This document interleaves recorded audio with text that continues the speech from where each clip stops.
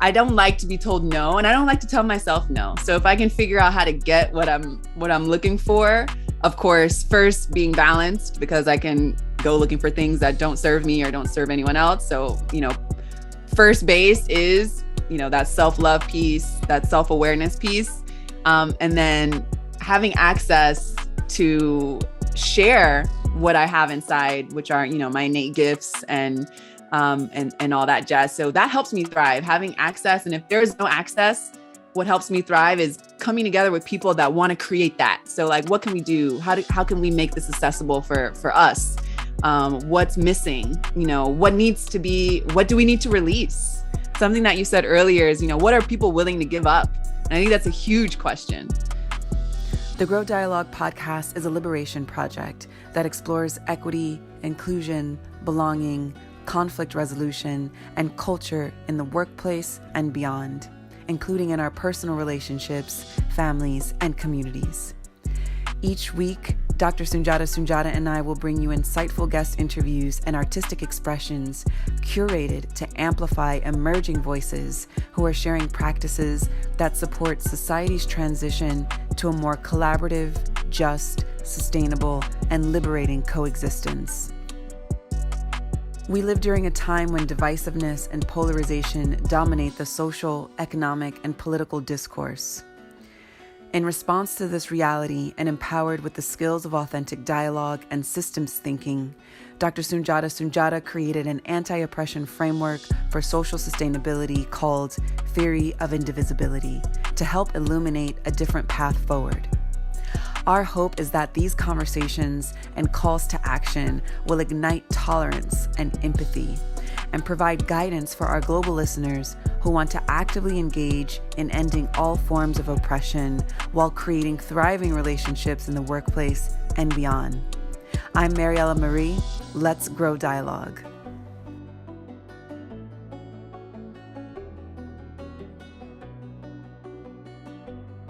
I know that you keep mentioning authentic dialogue, so I would love to just shine a light as well on why you choose to let authentic dialogue guide your conversations in these spaces. Yeah, absolutely. And it's a part of one of the elements of my theory of indivisibility as well. And, more lately, I've also been including nonviolent communication in that conversation as well, in terms of the communication framework that supports tools of indivisibility systems. So, authentic dialogue, characteristics of that are listening to learn, seeking common ground, broadening perspectives, creating mutual understanding, trust, and co-creating solutions. So both of those communication frameworks, neither of which I created, I've just learned them.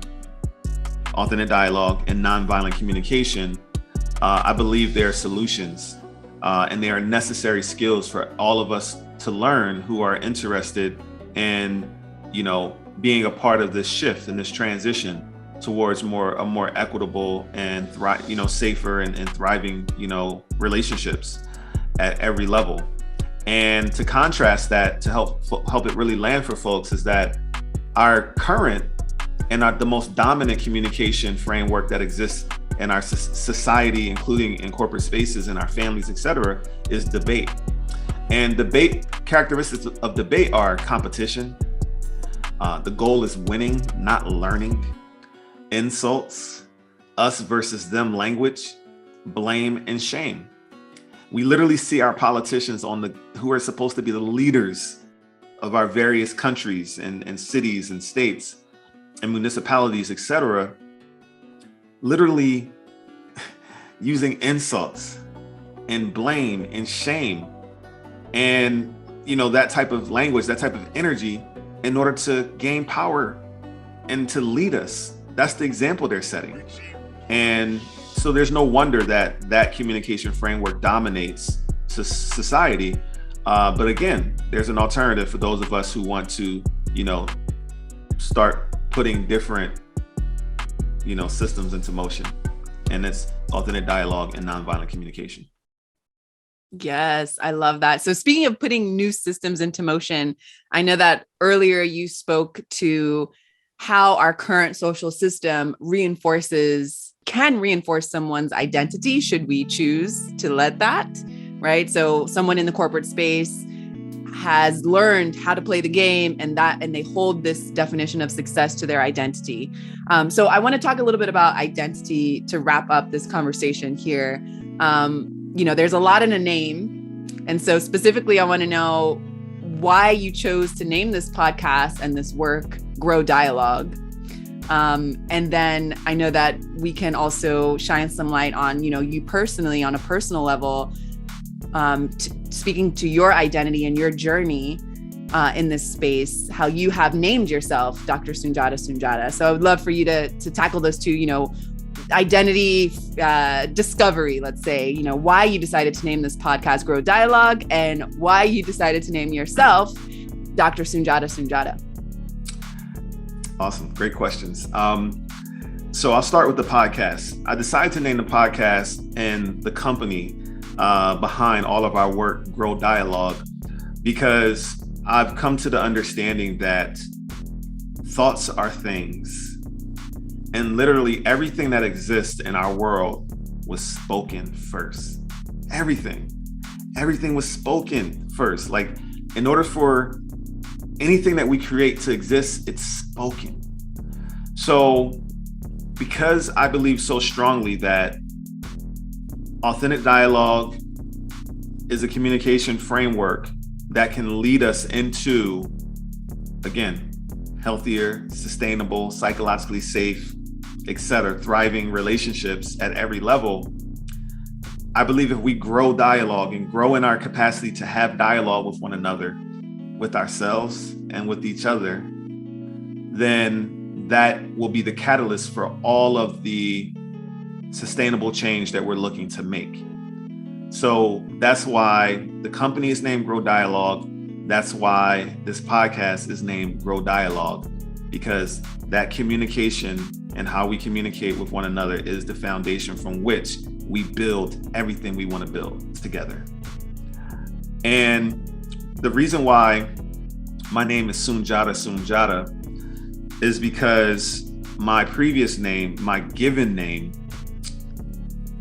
is born out of the pressures of white supremacy. It's born out of the legacy of the enslavement of my ancestors. So my last name, my given last name, because I'm someone of African descent, my distant ancestor who was brought over here from Africa and enslaved and brought over here from Africa, their language, their culture, and their name was taken from them.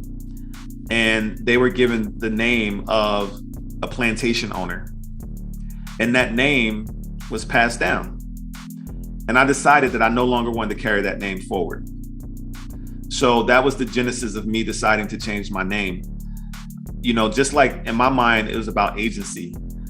Just like someone made a choice for my distant ancestor. Someone made a choice for my distant ancestor. I decided in the present day that I can make a choice for myself. And if my children and their children want to take that on, that's their choice. I'm not even forcing it on them because they have agency as well. All I can do is tell them why I made the choice.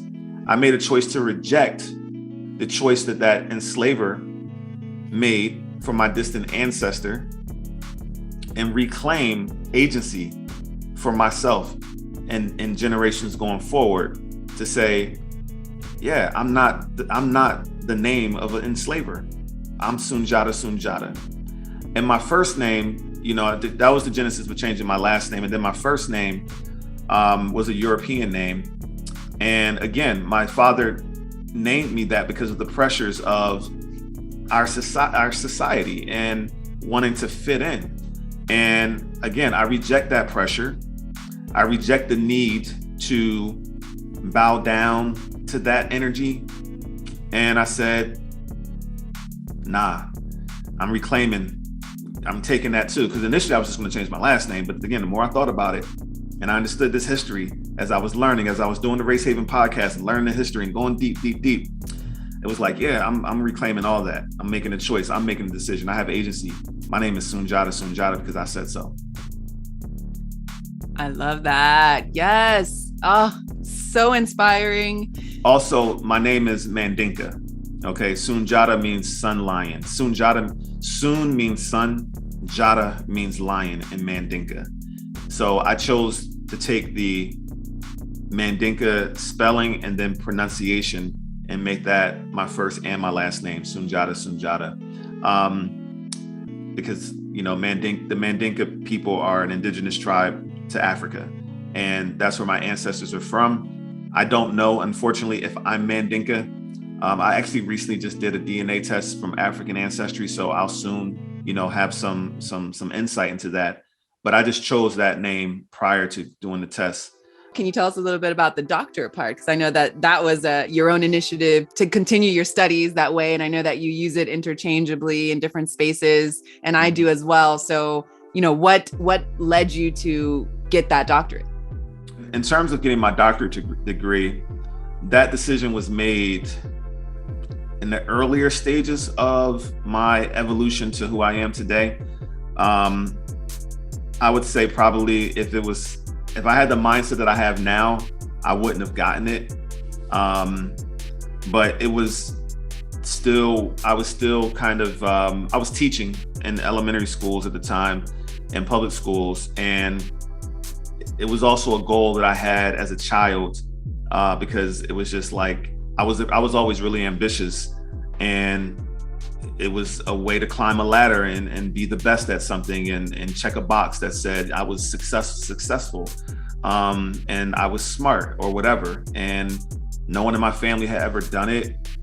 So that's why I wanted to do it. And I did it. And also I knew that when I was teaching in public schools, I was also motivated by the fact that people with doctorates made more money. So, but I was long gone from teaching in public schools, and I had made the shift when I finished it, but I started it because it took me 7 years. So when I started it, I was still teaching. By the time I finished, I was long gone. I was already into unschooling and everything, but I wanted to finish because I started. So, yeah. Well, thank you for sharing. Thank you for that transparency. I want to just reiterate, because I know we might get some folks asking, do you regret it? Because you said now if you would have had the same mentality as you do now, then maybe you would not have gotten it. But so I want to clarify that. Do you regret it, or are you still good with it? So yes and no. I regret the debt that came with it. However, that's where I learned about authentic dialogue and systems thinking. So being exposed to those two things, which I could have learned on my own, or I could have come across it outside of that. But from my journey, that's where I came across those two things, those two concepts. And those two concepts are very meaningful to everything that I do today. So yes and no. Great. I love that. Always finding your balance there. Yes and no. You found the middle way. You found out, how to get the fruit that you needed. We often speak about breaking generational curses, especially with the work we're doing with the co-creating a thriving family culture. And, I think we definitely need to unpack this when we get into those episodes, because I'm sure that, lots of folks will want to hear more about your journey there, and just, whoever we bring on to the podcast, I'm sure they would also have some nice insight. But I want to ask a final question for folks who are listening now. Do you have any advice for them if they are on this journey to reshaping their own identity, in order to, gain personal sovereignty and authenticity, as you did with your name and naming yourself and coming into this work? So do you have any advice for them? And also, if you could throw out some tips, how can they thrive in this journey? What challenges can they expect, and just how to overcome those challenges as they are trying to, reshape their own identity? Yeah. So what I could say is, trust your intuition. Learn to trust your inner voice and your intuition. We talk about the five senses often. We're taught about the five senses growing up, but we're not taught about that sixth sense, that intuition. And our intuition is very valid. It's real. So then it's a matter of like, what do you need to do to get in touch with your intuition? What practices will help you get in touch with your intuition? I remember, I know it's kind of cliche now because everyone's talking about meditation and, it's kind of another place that's being colonized in some ways. But I used to think that I wasn't good at meditation, so I stopped when I tried initially some years ago. But then I picked it back up, and it's been an important part of my journey. And I've learned how to, meditate in a way that honors the fact that my brain is going to be thinking about random things while I'm trying to meditate, and that doesn't necessarily mean I'm failing at it. So I've learned how to have grace with myself there, and in that practice of having grace with myself there, I think it's helped me tap into my intuition, but also helped me to practice having grace with myself, because I can't have grace with others if I can't have grace with myself. It's like one of the biggest keys to the journey that I've been on is realizing that anything that I desire to be in the world, I have to be that for myself first. And I think that that's the greatest gift, is like self-love, figuring out how to love myself, accept myself. That's when things opened up for me. And I'm sure we'll do an episode I can go really deep on that, because I'm gonna be real with y'all just briefly, is that it actually cost me my family, loving myself and trusting myself, and who I am and how I identify. So it's gonna be hard in a lot of ways. I don't know how it's gonna impact you. And when I say my family, it caused a divorce. That's what I meant. And it caused a lot of misunderstanding, when I came out as who I truly am. And ultimately, though, I had to choose me. If I was going to do this work, if I was going to be able to be authentic in the world and do the work that I do and feel really good every day I wake up. So yeah, it's going to be challenging because we're forced to wear a mask to fit in. But once I chose to take off that mask, and I assume this will probably be the experience for a lot of people, when they choose to take off the mask, you're going to get I like speaking for myself. I got a lot of pushback, from family, from friends, a lot of misunderstanding. And I just sought community with other understanding people, other people who were on a similar journey. And I was able to get through it. And I'll share with you that on the other side of that came respect. A lot of those same friends and family who pushed back, didn't understand, criticized, judged, they respect me at a different level today, because I stayed true to who I am. I stuck to my guns, didn't go hide under a rock, spoke loud and proud, accepted me, loved me. And today, things are much better than they were when I initially took that step in the ways that I had to take it. So yeah, I think I share some tips in that too, in terms of getting a community with other like-hearted, like-minded people who are on a similar journey. And then just having grace with yourself all along the way. Absolutely. And my hope is that folks who are listening to this podcast can tap into that part of themselves a little more with these conversations that we'll be exposing, and, with our calls to action that we'll be inviting them into. So, because it is new territory, it's unfamiliar for a lot of us based on the systems that we were raised in and that we, continue to, practice to a certain extent. So I'm really grateful for the work that you're doing, for your friendship, for, your voice. And also thank you for the tips as well, because I know that folks who might be, walking that path might definitely get some pushback from their community or from, their family. So it's nice to see you after, having gone through that, to see that, we can still exist and we can actually come out, more colorful, more vibrant, and, exchanging dialogue, authentic dialogue in a way that will benefit us. So, and everyone really, not just us. Right. So yeah. And I didn't say it. I want to say it. I came out as polyamorous. All right. So, I have, again, it speaks to something I said very early on, is that I noticed I have this large capacity to love. And it didn't fit within the boundaries of a monogamous marriage. So that's what I came out as, that caused that, that transition. And again, I can't wait till we do shows on that topic in terms of, love and authenticity in those ways that, are outside of the box and convention. But we'll get there. So I won't tease any. You've got a little tease, but I won't go much deeper. If you're enjoying this conversation, we invite you to join our Grow Dialogue community. By joining our intentional online community, you'll be able to activate authentic dialogue around some of the chewy topics we explore in the podcast. You'll also be able to receive exclusive content, discounts, and special offers on curated artwork and music from independent artists from the Americas. You can also support us on Patreon to help keep this labor of love going. Check out our exclusive merchandise made by independent artists and musicians. If you like our featured podcast art by Argentine visual artist and educator Guadalupe Arriegue, you can access her digital downloads or purchase limited edition prints with the link in our show notes or by going to www.growdialogue.com. And now back to the show.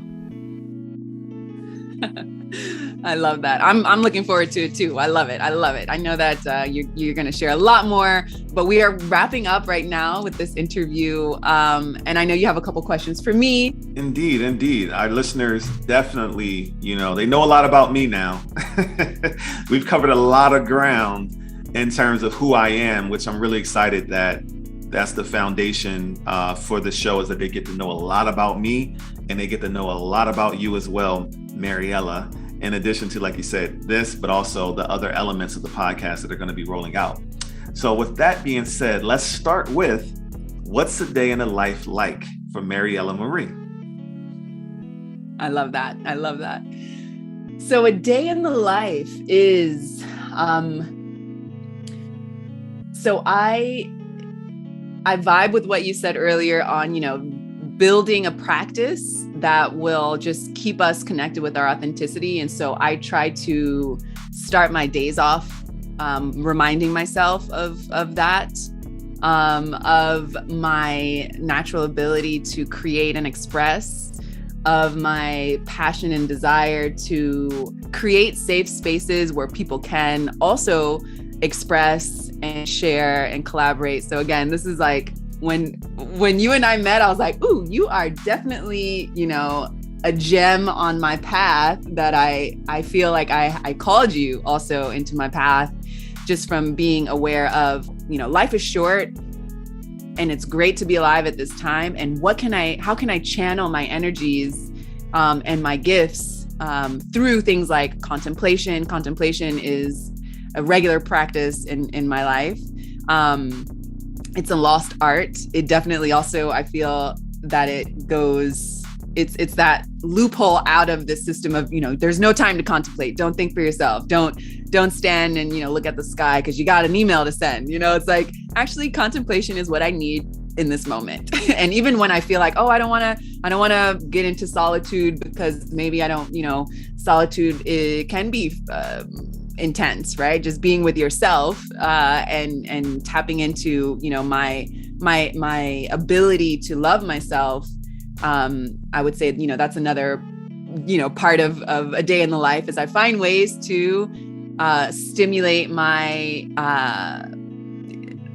let's say my ability to receive and manifest visions through writing, through, love practices, figuring out how to balance that intellectual stimulation with the corporal, right? So mind-body connection, also seeing my connection with nature. I'm currently living in the mountains here in Patagonia. And so, this natural system that you keep referencing, I've decided to be here in this space to continue to observe and to continue to connect with my self-expression and how that, manifests in nature. Awesome. So rich. Thank you for sharing that. So the next question or questions are, what helps you thrive in the world? What are your biggest pleasures? And what are you most passionate about? What helps me thrive in the world? Accessibility helps me thrive in the world. And that we can take that several ways, right? But I I don't like to be told no, and I don't like to tell myself no. So if I can figure out how to get what I'm looking for, of course, first being balanced, because I can go looking for things that don't serve me or don't serve anyone else. So, first base is, that self-love piece, that self-awareness piece.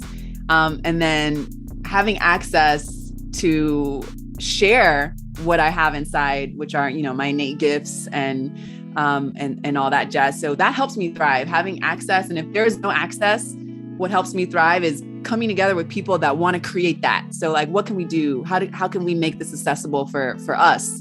What's missing? What do we need to release? Something that you said earlier is, what are people willing to give up? And I think that's a huge question.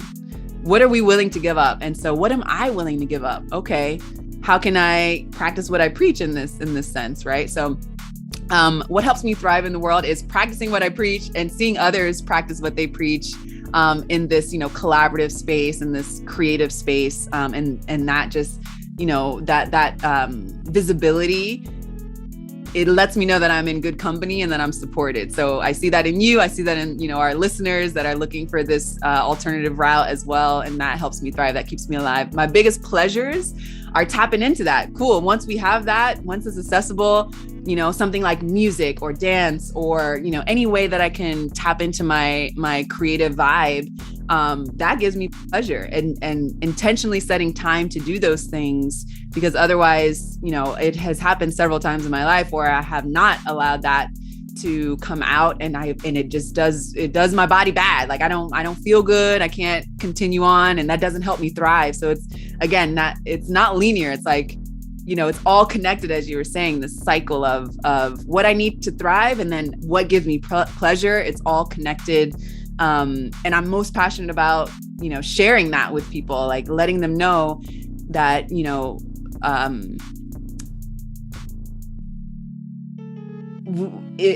we need to, it is a necessity at this point to make sure that human dignity is, on the front line, that no one is under anyone, that we all have the right. And I expect people to speak their truth, and with grace, as you were saying before, with, active listening, authentic dialogue, all the things that you were saying before in this conversation. I'm passionate about that because I know that just, opens up a well of all different kinds of things. Right. And it gets us out of this linear thinking and this left brain thinking, which we need, but we need to build the bridge with right brain, left brain, body, mind, subtle body, subtle energies, our communities. And so I'm passionate about making that, connecting that bridge, left brain, right brain, linear, non-linear, just to show that, I walked that road as well, where I went to school, I went to university, I got these degrees, I got these scholarships, I played the game, and now it's like, okay, I want to take that, crumble it up, cut a hole in there, put some paint there, open it up and see now, this is the degree. Not some words on a page that, I went in debt for as well. It's like, actually, this is what I want. This is what I can show, is what I'm passionate about. And so you might see works like these behind us here. I'm passionate about uplifting other folks' voices, and especially artists around the world. This is an artist from Argentina. Her name is Guadalupe. She does these beautiful photo collages, and, she's just a brilliant thinker. And so I try to incorporate other brilliant minds in the work that I do. It's a passion that I have. And clearly that's why we're connected as well. And when I say brilliant, I mean, brilliant minds, in my opinion, means people who are unapologetically themselves, with compassion, and looking through the lens of curiosity and respect. So yeah, that's a big response to that small question. It was rich. I love it. So, and I'm glad you brought the element of the art into, to our listeners and those who are watching, into their awareness. Because one of the things I'm so excited about, having you join me on this project, is that those are the type of elements that you're bringing, that we're going to be more than just a listen, to listen to people talk podcasts. We're bringing artistic elements. We're bringing poetic elements. We're bringing call to actions. We're bringing opportunities for our listeners to engage and actually create with us. So I'm so excited about that. And you're at the head of organizing, these various communal interventions for each of the themes that we're going to unpack. So, you call like the poetic one, you call it a poetic call to action. So what does that mean, and how can our listeners participate? I love that. Well, I won't spill so many of the beans now because I want there to be an element of surprise, but I can give you a peek behind the curtain. Mm-hmm. This work is not made for one person to do alone, and it is, right? So it's like, the dichotomy there is real. How do we do that? I believe that this work is individual, communal, in the sense that if I ask for us to think in a different way or to reflect on something that maybe has been, chewed on in some of these interviews, I don't want it to just stop where we're listening. I want it to, move through us. And that already is poetic. How does the conversation move through us? What can we do after it moves through us or while it's moving through us in order to put some of these things that we're interested in into practice so that the flow continues, the water is not stagnant and doesn't just stop from listening to a conversation, which, not shaming it's great to listen. Active listening is great. Podcasts are brilliant. I think it's one of the connecting points of our current society that's just going to help bring a lot of awareness. So I love the podcast format. But again, going back to that first question, you said, what helps me thrive? It's when I can propose something that it might be a little provocative in the sense that we might have to ask what we're willing to give up, what habits we're willing to readjust. Are we willing to look at ourselves in this way or not? So it might pull some heartstrings. But then what do we do in the community with what has just been, readjusted within us? So again, building that bridge between the personal work and the communal work that this work is called to do.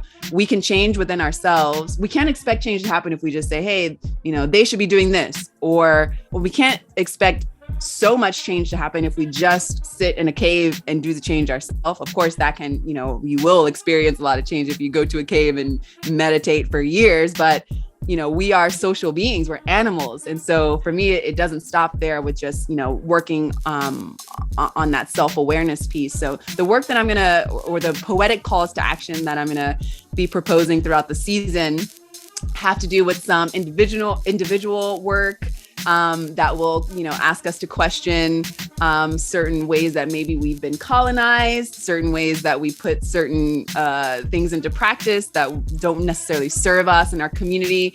And then it will also ask us to, put our hands in it and to create something and to speak about it. As you said before, the spoken word is an art form. And so I want our listeners to engage in that spoken word art form. I love it. Thank you. All right. So to close things out, let's go a little bit deeper into like your who you are and your place in terms of, I'm going to assume that most of our listeners at this point, and hopefully that'll change soon, are going to be based in North America. And I know you were born in North America, but you've been living in South America for some time now. So can you tell us, what moved you from California to Argentina and how being an expat has shaped your life and your work? Ooh, I feel like that needs a whole hour or two or maybe even three to unpack. Well, I'll do the best that I can. I appreciate this question because the current climate of humanity and of our social systems is bringing this potential lifestyle to a lot of folks who currently live in North America and specifically in the United States. Do I want to be here? If I don't, where do I go? What do I do? How do I continue to explore who I am outside of, these structures that have allowed me to be comfortable and that have either helped me thrive or not. I definitely encourage people to travel the world and do it, with as low footprint as you can. That's another conversation. But what got me to Argentina, so I currently live in Patagonia, the original lands of the Mapuche people. I'm originally from Los Angeles. I was born in Los Angeles, California, and I moved between California and Georgia, also Texas for a little bit. But really what opened up the opportunity for me to start to live more full time out of the country was when I got a scholarship to study that paid for 5 years of my undergrad. Not every penny. I'm still in debt, unfortunately. And we're waiting to get we're waiting to get that debt removed. Everyone in the United States is ready to get that student loan debt removed. Please. So I found a scholarship that helped, helped cover my undergraduate career. And I finished my studies in 4 years. On the 5th year, I was like, all right, I'm done studying, but I got this extra cash. What do I do with this? And I decided to walk into the study abroad office and say, I'm interested in, going to a Spanish speaking country since I was already learning a little bit of Spanish. So I did some research, and that was my gateway into discovering the complex beauty of this country. That, I'll be celebrating several years this year. I don't want to give a number because I don't want to, I don't know. Maybe that's too much information. We can chat offline if you're interested in knowing a little bit more. But it's been several years since I've decided to be here, and it's been a place that has really fueled my creative passion, and that has helped me thrive. So back to your first question, what helps me thrive? What are some of my biggest pleasures? Because of the history of this country, there was a dictator about 40 years ago. The economy that, that the world finds themselves in, but specifically Argentina, there was a moment where everything collapsed in 2001. Literally anything you were saving in the banks didn't exist anymore.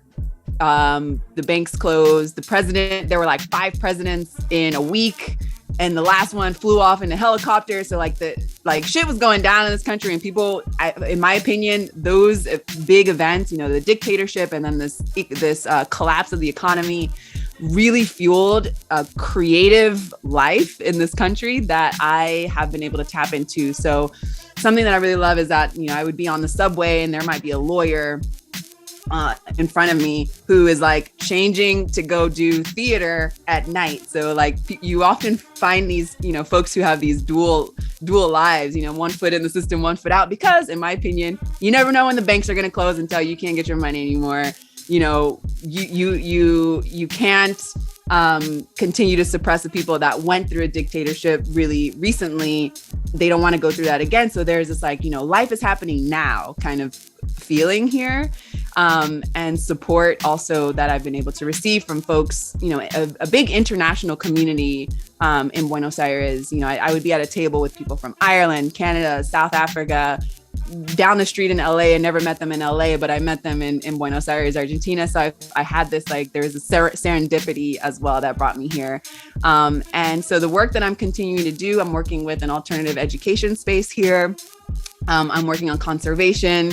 I will soon be opening an artist residency and retreat center here just to, again, build that bridge, show folks that, they can do different things outside of the norm. Let's say if they're living in the States and they want to come to Patagonia, to just get a different vision of the world and a different perspective. I'm here to shine that light.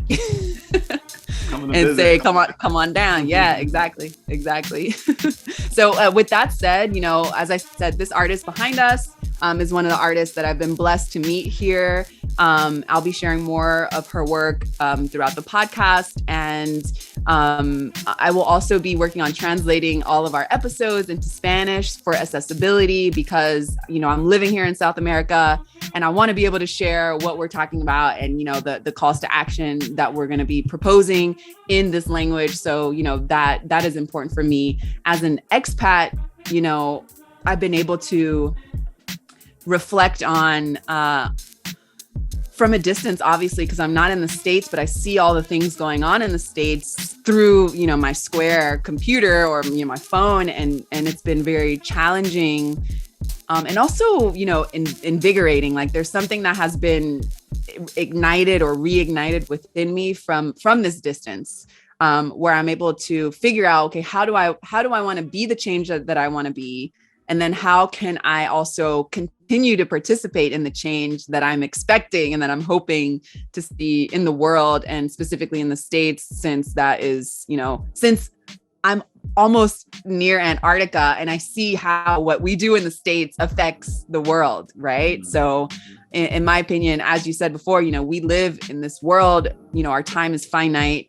And to kind of draw these boundaries as if that is like, also finite. It's like, no, we exist in all kinds of spaces. And so, my work is to just, help us to remember that and try to collaborate, with love. I love it. I love it. I love it. Well, is there a better place to stop than with love? I think that's a great place to stop. So thank you, Maryella. Thank you for partnering with me on this venture to bring our thoughts and our creativity to the world in the effort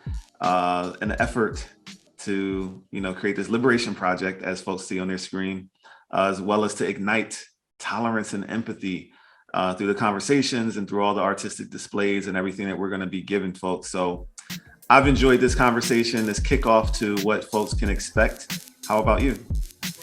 Yes, I'm going to re-listen. I'm going to edit this. I'm going to put some music behind it. And I hope that folks who are re-listening, can share feedback. What do you want to hear? I love feedback. That helps me grow. So let me know, what you all liked in this session. And I will work to curate, the next sessions so that it can be more accessible for you. Thanks for tuning in to the Grow Dialogue podcast. Remember to join our Grow Dialogue community to continue the conversation, activate authentic dialogue, and to get exclusive content, discounts, and special offers on curated artwork and music from independent artists from the Americas. Check out our show notes for more info and visit www.growdialogue.com to join our live events. Don't forget to support us on Patreon. We really appreciate your support.